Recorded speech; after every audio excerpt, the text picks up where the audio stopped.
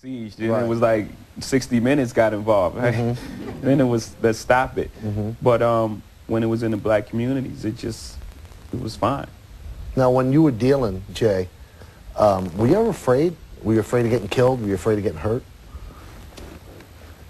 You know, the funny thing is, like, you become sort of numb. It becomes part of your life. If you're doing something every single day, you'll forget the danger and everything that's involved, and how 1 second can just change your whole life. What made you say, I'm done? Because that lifestyle, you know what it is. It leads to two things: it's prison or going to jail. Like that's just a part of it. There's no escaping that. That's gonna happen. Absolutely, 100%. But other guys do it, and they know that that's gonna happen, and they still continue to do it. Why did you decide, I'm done? Well, I had a talent that I was ignoring for a while. You know, some people don't have things to fall back on, or they can't see that far. Now, you decide to pursue music. You quit high school in order to pursue it. Number one, was that a tough decision? And number two, did your mom dig it? Well, my mom didn't dig it, but it was a great decision for me. It wasn't tough for me. You know, I mean, I had my eyes on something, and you know, I was gonna get it done. Like I don't recommend that, because there's very few successful rappers. You know, there's tons of lawyers and accountants and managers and all these other people who have long careers. Rappers have short careers for the most part, 2 or 3 years, and if you don't hit, you know, right out the gate, then you know you're pretty much in trouble. How did Sean Carter become Jay-Z? How'd that name come about? When I was young, I had like you know, sort of like my demeanor now, like really cool. Right. So they used to say that's a jazzy little kid. You know, he's real jazzy. Right. So they used to call me Jazzy, but I ain't. Jazzy was too much pizzazz. It sounded like purple sequin suits or something. So I just took the J and the Z from Jazzy. When you became Jay-Z, how did you learn about the rap business? I wasn't really thinking about the business when I first came into it. I really just thought about a way out, and I thought about a way to tell my story.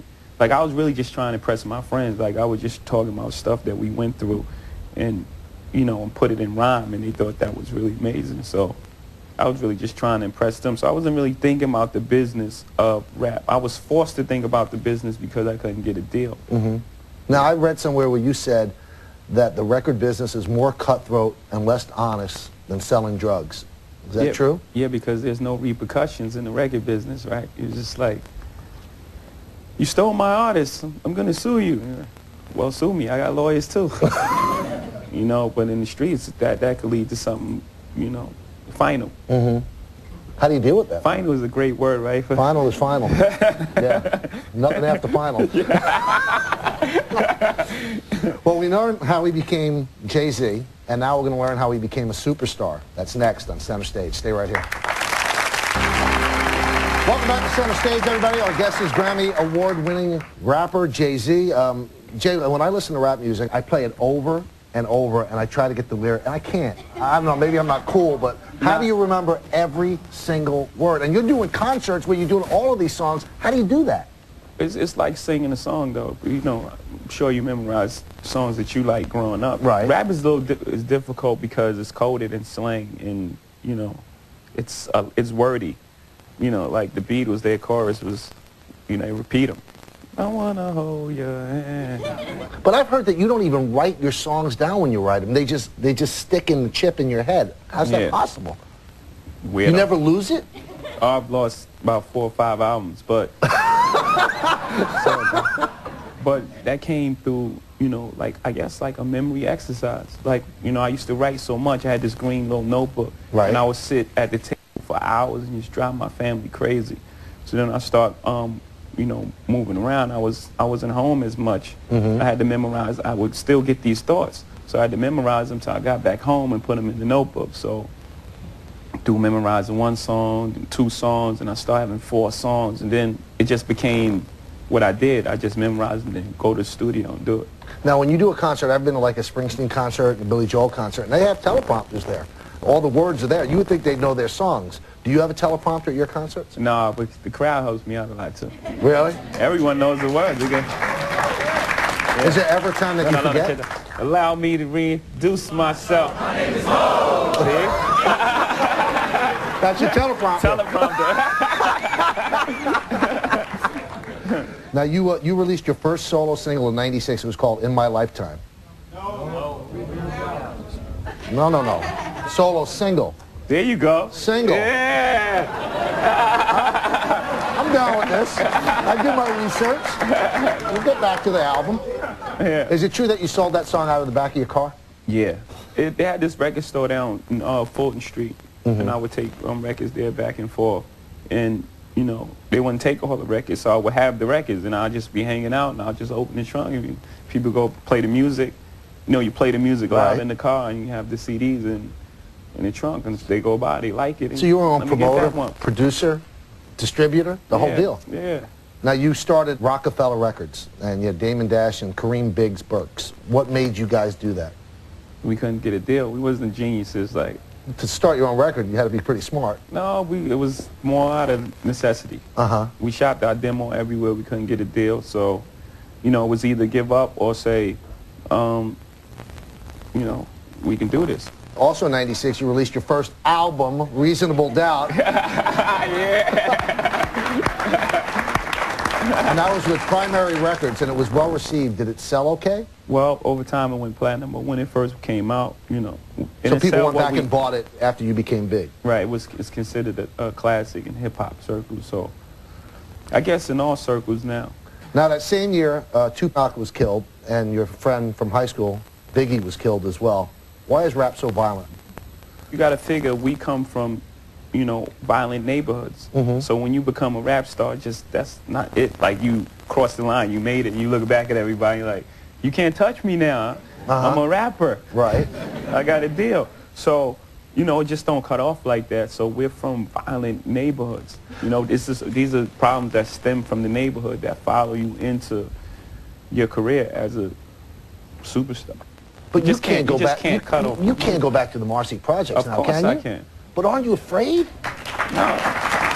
Really? I'm not afraid of my own people. Really? No, I'm not afraid of my own people. That's crazy to me. You know? But how about, there might be people that are jealous of Jay-Z's success. Aren't you afraid of that? Jealousy's ugly. I'm more afraid of the people in the corporate world that's afraid of my success. Really?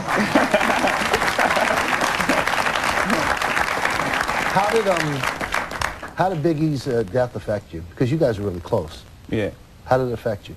I mean, you know, you can imagine, like, with any friend, if you lose your friend, like, it throws you for a loop. Like, you know, just because you're a recording star, you're not, like, above feelings, like your feelings. So that, you know, that was big for me. Let's move to '98. You released your third album, Hard Knock Life, on your label, and it was through Def Jam. This really changed your life. It sold 5 million copies. How did it change your life, and did you know when you made it that this is it? Before it came out, I did a promotion run. Like, you do these runs, you go to towns to let people know that the album's coming out. And I did a stop in Virginia. It was like pandemonium. We were screaming and yelling. I couldn't get out the store. And then it was like helicopters flying over. And then every state that I went to, on the news, they was announcing that I was coming to town. So you knew it was clicking. Then, and the album hadn't come out yet, so I was like, this is going to be big. The strange part about that album and the title track, to think that a song from Annie could be on a rap album and be a huge hit. I mean, for those that don't know rap, it's a hard knock. Like, what made you make that connection? How did you know this will work? Because the message in both songs are the same. The message of the orphan, you know, and the message of the guy who grew up in the project is pretty much the same. That hard knock life and, you know, going through adversity to reach the big house or wherever, you know, you have dreams of going. Well, Jay-Z, with all this music, ends up winning a Grammy Award, but at the beginning, he's not too cool about going. We'll explain when we return to center stage. Jay, I'm wondering, when your mom calls you, does she call you Jay or does she call you Sean? She calls me sometimes if she's upset, she calls me Sean. If she calls me Jay if she's being cool, because she thinks she's cool. The album Hard Knock... Let me correct that. She's pretty cool. Right, but she thinks she's cooler than she is. Yeah. The album Hard Knock Life made you a star, as we said, an international star, and you had a 52-city tour that was sold out everywhere. Why do you think that your music resonates with so many people? I think it's like watching any good movie or any story any great story told, you know, over time. You know, there's things that you have to overcome, and there's, you know, your way about going about doing those things. You know, that message inside the music, it's always there.